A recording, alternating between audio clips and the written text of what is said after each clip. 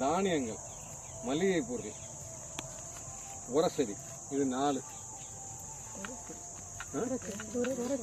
உரச்செடி, உரத்துக்கு என்ன செடி போடுங்க?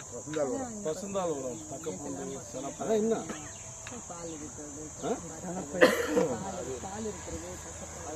அது நீங்க பூச்சி குறைக்க சொல்லிருக்கீங்க, பூச்சி விரட்டி இது பேசிக். அதனாலதான் உங்களை கேட்டு அவங்க பின்னாடி சொல்லி கொடுத்துருக்காரு, நீங்க அதை கூட திருப்பி சொல்லல. அங்க சொல்லிட்டு இருக்காங்க உரத்தை பிக்ஸ் பண்றதுக்கு எதெல்லாம் போடுறாங்களோ அதான் உரப்பயிர். சரிங்களா? வேற என்ன மளிகை பயிர்னு என்ன போடுவீங்க? மிளகு போடுவீங்களா? கிலோ மளிகையில என்னென்ன போடுவோம்? சீரகம், சோம்பு, முளைக்க முடியாது. என்ன சீரகம் வருமா? வெந்தயம், கடுகு, வெந்தயம், பெருஞ்சீரகம், மல்லி, இது எல்லாமே. அப்புறம் எண்ணெய் வித்துக்கள் என்ன?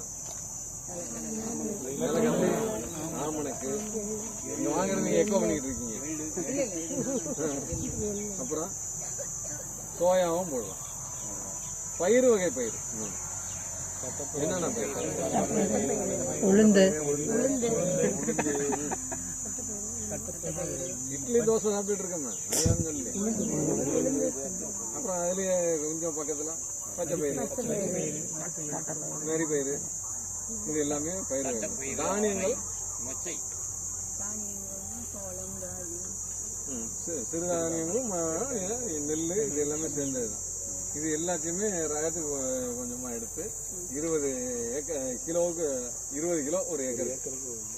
சின்னதா இருக்க கொஞ்சமா இருந்தா போதும். ஏன்னா அதுல விதை எண்ணிக்கை கூட. பெருசா இருந்துச்சுன்னா எண்ணிக்கை குறைவா இருக்கும். அதுக்கு தகுந்த மாதிரி பேலன்ஸ் பண்ணிக்கலாம்.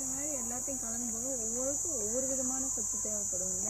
எப்படி நாம அதுல வந்து சத்தை உருவாக்குறதுக்கு தான் இப்ப நான் சொல்லிட்டு இருக்கேன். இது 45 நாள்ல உழ ஓட்டிடுது. மண்ணு வளமாக்குறது. இது நாட் ஃபார் கன்சம்ஷன், நம்ம எடுத்து சாப்பிட்றதுக்கு இல்ல. 45வது நாள் இதை உழ ஓட்டிட்டீங்கன்னா இதுவாயிடும். 60 நாள் சொல்லுவோம். 45 நாள் பூக்கிறதுக்கு முன்னாடி. ஏன் அதுக்கு மேல போக கூடாது அப்படின்னாக்கா, அதுக்கு மேல போனுச்சுனாக்கா உள்ளார தண்டு மொத்தமாகும். தண்டு மொத்தமானுச்சுனாக்கா உள்ளார குச்சி ஃபார்ம் ஆயிடும். அந்த லிக்னின், லிக்னோ புரோட்டீன்ஸ் எல்லாம் வருது இல்லைங்களா? அதனால அடுத்தாப்புல வேலை செய்யவும் நம்ம காலில் ஊற்றும். அது ஒண்ணு. இது பேர் காயகள், மண்ணுக்கான காயகள். மண்ணை வளமாக்குறது. ஆமா. இதை வந்து ஒரு கணக்கு வாத்தியார் தான் கண்டுபிடிச்சார், விவசாயி கண்டுபிடிச்சார். ஒரு மேத்தமெட்டிக்கல் ப்ரொஃபசர் ஸ்ரீபாத் தாபோல்கர்னு சொல்லி மராட்டி மாநிலத்தை சேர்ந்தவர். அவர் தான் மண்ணுக்கு காயகள் போகணும், ரீஜெனரேட்டிவ், இளமையை திருப்பி. 5 அடுக்கு முறையெல்லாம் அவரு இல்லைங்க. 5 அடுக்கு முறை, இந்த அடுக்கு முறைகள்லாம் எதுவுமே கிடையாதுங்க. உங்களுக்கு எங்கெல்லாம் சூரிய ஒளி கிடைக்குதோ அதை எப்படிலாம் நீங்க ஆர்எஸ் பண்ணீங்க நீங்க பண்ணலாம். நீங்க 30 அடுக்கு வேணாலும் பண்ணீங்க, ஒன்றும் பிரச்சனையே கிடையாது. நீங்க உங்களுக்கு பயிரோட தெரியணும், நாலேஜ் தெரியணும். என்ன பயிர் எவ்வளவு உயரத்துல வரும், எது எது எந்த காலத்துல வரும்னு தெரியுங்க. நீங்க தொடர்ந்து பண்ணிக்கிட்டே இருக்கிறது. அதுல அடுக்கு முறைக்குன்றது மல்டி லேயர் பாலிகிராப்பிங் அப்படின்னு சொல்றது. மல்டி லேயர்னா பல அடுக்கு, பாலிகிராப்பிங்னா பல்வேறு பயிர்கள். அவ்வளவுதான் மல்டி லேயர் பாலிகிராப்பிங். இதுதான்.